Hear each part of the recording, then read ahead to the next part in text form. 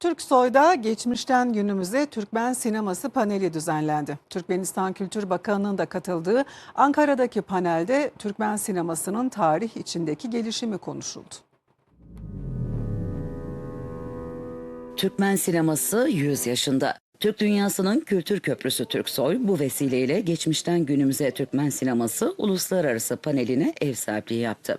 Türksoy için Türkmen sineması, Türk halklarının ortak kültürel mirasının ayrılmaz bir parçası ve manevi yakınlaşmasının güçlü bir aracıdır. İnanıyorum ki Türkmen sineması ve Oğuzhan Türkmen Film Birliği gelecekte de yeni eserler, yeni başarılar ve yeni sanatçılara gelişimini sürdürecektir. Türksoy ve Türkmenistan'ın Ankara Büyükelçiliği işbirliğinde düzenlenen panele Türkmenistan Kültür Bakanı da katıldı.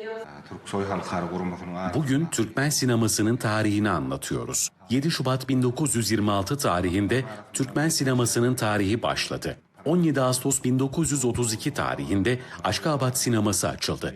1935 yılında ise ilk defa Ben Dönerim isimli Türkmen filmi çekildi. Günümüzde uluslararası sinema festivallerinde Türkmen filmleri bir dizi ödüllerin sahibi oldu. Türkmen halkının tarihi ve geleneklerini sanat yoluyla beyaz perdeye taşıyan Türkmen yönetmen ve senaristler, izleyicilere Türkmenistan kültürünü tanıma fırsatı sunuyor.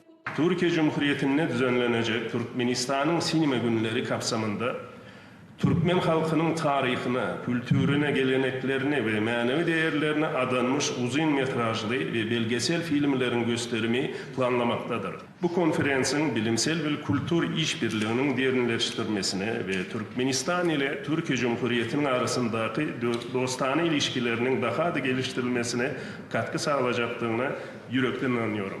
Türkmen sinemasının 100. yılı kapsamında Ankara'da Besteci, Müziğin Mucizesi filminin özel gösterimi de yapılacak.